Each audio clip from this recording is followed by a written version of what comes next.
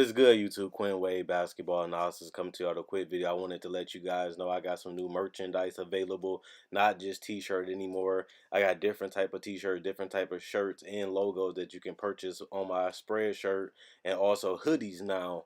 We have expanded and added more to the channel and more merchandise for the brand. Thanks for supporting. It will be in the description and the links will be in the comment section below. Thanks for helping me and supporting the movement. Quinn Wade Basketball Analysis. I'm going to check out the video. What's good, YouTube? Quinn Wade Basketball Analysis coming to y'all with a video. Today we're going to talk about the Eastern Conference. This was a lot easier than the West because it's not really that many teams that can that can really make a run for the playoffs unless they make a trade before the deadline is over. Other than that, I think that's how the standings is out. I feel like it ain't gonna change as much. I don't really see any team going on a lone win streak. I don't really see any team just taking complete dominance over this conference like I see the Western Conference, because Golden State is already on an 8-game winning streak. I can see them going on another one. But other than that, this was a lot more easier. Not as much competition, not as much good teams, and it's a lot of teams that don't really have a legitimate shot of making it either compared to the Western Conference. So this one gonna be a little bit more quicker because the picking is not that difficult. Um, I feel like the eighth seed is going to be the Miami Heat. I just feel like they just had bad luck. This is not the hate on the Heat. I had the Heat making the playoffs before the season started. I think the biggest thing is Gordon Dragic getting injured. Dion Waiters missing a lot of time. They just had a lot of injuries that kept them from being fully healthy. And their defense and offense has been okay, but they just haven't been able to stay healthy. And they still got major injuries on this roster. So I can't really see them finishing that much higher. They stay together, they play hard, and they go out there and they compete against anybody. And I like and respect that. But, this team just had bad luck this year and could never get it going and could never really get on the same page. And result of that, they haven't had a great season. They had a good enough season to make the playoffs, but they haven't really transitioned into one of the best teams in the East. And I don't really see them finishing any higher than seventh. Number 7 actually is the Charlotte Hornets. This team is Kemba or bust. The only real reason this team is in the playoffs is because Kemba got off to that spectacular start, and he has been able to somewhat keep it up. They need him to be attacking. They need him to score off the dribble. They need him to hit the threes. He's the engine. He draws so much attention and collapses the defense and keep the defense honest because he can hit them jumpers now. I told you Kimba had to work harder than everybody else because he was at a athletic disadvantage and a height disadvantage coming into the league, and him developing that jumper took him some years, but it's finally to the point where he's respected and you have to guard him differently because he's making them more consistently now. So I think that this team, I didn't have making the playoffs going into the season, but I also didn't have Kimba having the season that he's having right now. And I think that that's what's thrusted them in the playoffs and kept them there, is the fact that they have respectable players on the roster, but they also have that guy that can compete and explode anytime he wants to and take over games. And they haven't really had that over the last couple years. The Nets, I think they're going to stay 6 because I feel like they have a good roster. And they have D'Angelo Russell and Dinwiddie, who are closers and can hit big shots, and they done proved that all season. But I feel like they proved it last year. I just feel like they're more healthier, and the guys got better chemistry, and they're playing more well together. They got off to a rocky start this year. They was able to figure it out. They was able to feast on some weaker teams, and they was able to go out there and compete with the better teams. They're hard, they're gritty.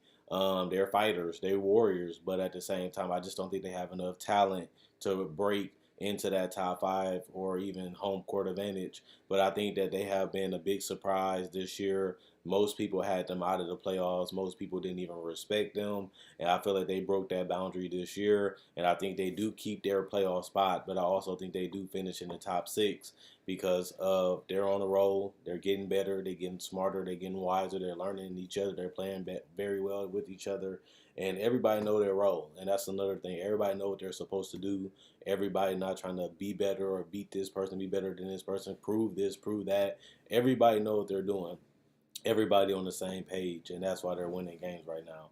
Number five hurts me to say, but Boston, I feel like they dug themselves too much of a hole with the losing that they had, losing to bad teams and not getting up for every game and not playing consistent basketball. I think that's the repercussion for them playing so sloppy in the beginning of the year is not having home court advantage. I still think that they can go on a win streak, but I don't know if they're going to be able to sustain enough winning to replace the Sixers, the Pacers, or the Bucks or Toronto.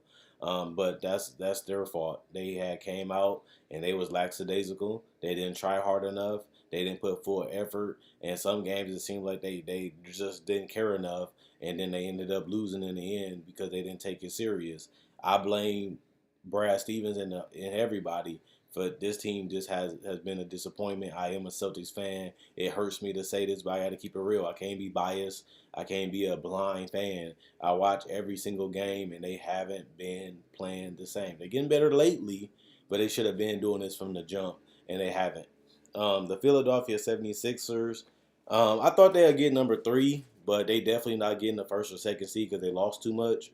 But I think the Sixers making a trade is going to help them in the playoffs because I think that they can compete with any team in the top five, even if Indiana falls or they stay at number four. I think they can compete with Boston. I think they should want Boston because they did get put out by Boston last year, and a lot of people made fun of the Sixers. They tried to jump on the bandwagon later in the season, and then Boston ended up putting them out so quickly, and most of it was because of execution and not having a closer, not having guys that can make the right decisions in the fourth quarter of a high pressure game, and that's how they end up losing to the Celtics. And I think they should want a rematch and should want to prove that they're a better team and they're more complete with Jimmy Butler and the rest of this roster, and that they can beat them.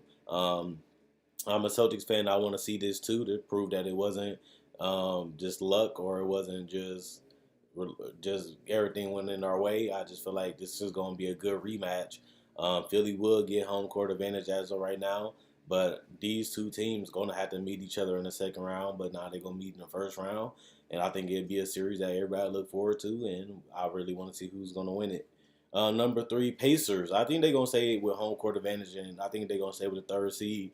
This team has been phenomenal. You got to give a lot of credit to Nate McMillan, getting them the right tempo, getting them in the right spots, finding ways to play great defense even without Victor Oladipo, finding ways to win without Victor Oladipo. You want to be able to win and get the highest seed that you can with or without Victor Oladipo. They have been fine. They added some small pieces to this roster, and other players have stepped up when they have been asked. And some players are playing out of their mind for the contracts and the way they came into the league. They have overperformed and outperformed themselves. And there's a lot of players on this roster that's having career years. And at the end of the day, all I can really say is they're going to say number three. They got a 2-game advantage over the Sixers. I don't see the Sixers making up enough room to catch the Pacers. I don't, but you can get that to a testament of being consistent. And I feel like the Pacers have done that all year, and they compete, they fight, they push anybody that go against them. I feel like they did the same thing last year. They just didn't have enough scoring to beat the Cavaliers, and now everybody seems to be clicking, and the ball is moving. And Victor Oladipo is finally healthy, and he was an All NBA All Star caliber player last year. And if he can get back to somewhat of that, then they're going to be a scary team in the playoffs. Only problem is they're going to have to play a tough team in the first round, but that's what we want to see. We want to see if the Pacers can get out of the first round. They failed to do it last year. I think they definitely do it this year, especially if they keep that number 3 seed. And that's a progress that they made from last year, is advancing to the next round. And it is kind of funny that Victor Oladipo can be the best player on a team that can win at least close to 50 games, and on top of that, make it out of the first round of the playoffs. It is the East, but it still is impressive because I wouldn't say that 5 years ago. The Milwaukee Bucks, I had them finishing second. This is a coin flip. We don't. I live in Wisconsin. I live right by Milwaukee, like I always say. I don't really know who's gonna finish first, Toronto or the Bucks. I just feel like the Toronto is a more well balanced team, top to bottom, and I feel like they'll get it going, especially when Kawhi Leonard um, be able to get off his back-to-back restriction. But right now, the Bucks have been playing some of the best basketball in the history of the franchise. I've been here all my life, 26 years, and I never seen a team with this much hype and this much excitement and this much dominance. They're going out there blowing people out. They're going out there playing team basketball, keeping the ball moving, trusting and believing in each other. Everybody touches the ball and make big shots. Brook Lopez has reinvented himself. Giannis has been able to rest and really dominate, getting rebounds, becoming the great best passer probably on the team. Brogdon has become a clutch player, hitting clutch threes and clutch shots in fourth quarters, whether he's playing on or off the ball. That has been very pivotal for them. Obviously, you got Ersan Ilyasova allowing them to play small, but also giving them floor space, and then even allowing Giannis to play the five sometimes will give them versatility and diversity when you go against them. And them having a superstar like Giannis helps them even in the playoffs because he can basically get a shot anytime he wants to, and he's starting to hit those threes with confidence. He's not shooting a great percentage, but he's still not scared to take them, which is a step in the right direction.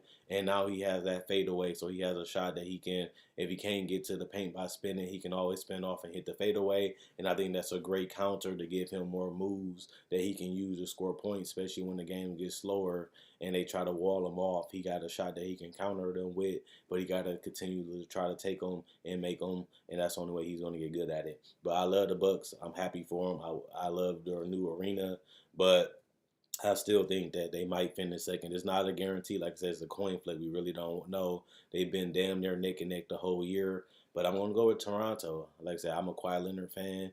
I feel like he's still showing that he's one of the best defenders. I feel like he has been exceptional efficiently. Only big problem with his whole entire season is that he hasn't been able to stay healthy. But when he has been healthy, he has been one of the top 5 players in the league, maybe even top 3, depending on how big of an Anthony Davis fan you are. Other than that, the Raptors have been phenomenal. They've been blowing people out with or without Kyle Lowry, with or without Kawhi Leonard. And on top of that, they got the three-point shooting. They have the bigs. They have the defensive bigs. They have the guys that can shoot as bigs. They have everything you need. It's nothing like, only thing I would want is a secondary scorer. But that's supposed to be Kyle Lowry, but sometimes he's streaky.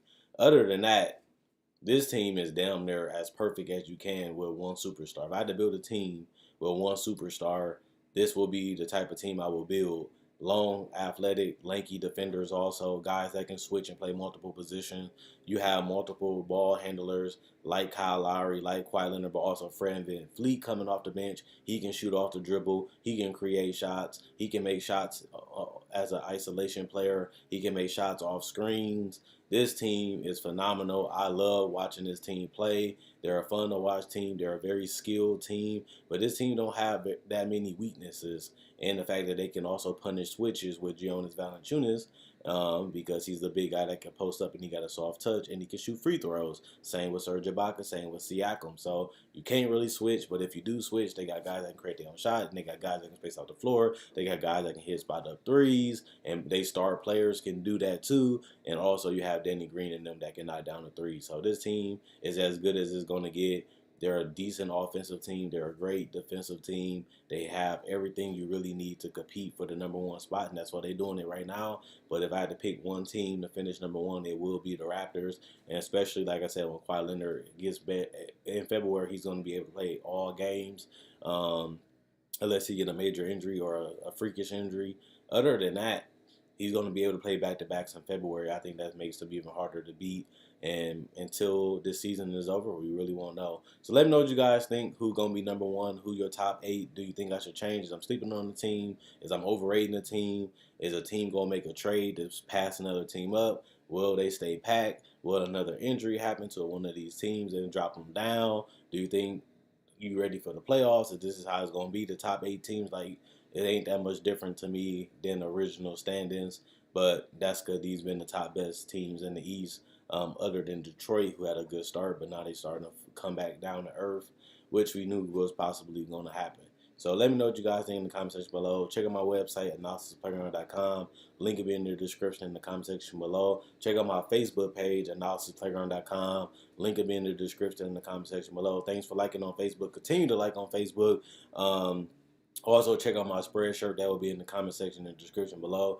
I enjoy making these videos. You guys enjoy watching. That's why I continue to go. But also, I do videos just like this when I talk about basketball. I do trade deadline, buyouts, NBA draft, preseason coverage, summer league coverage. I also do things like breakdowns on my channel. So if you're new to the channel, check out my older videos, check out my older playlists. And if you like this video and you want to be part of the family, I love and appreciate it. Thanks for watching. Thanks for subscribing. Thanks for the support. Thanks for buying the merchandise. Quinn Wade Basketball Analysis, I'm gone.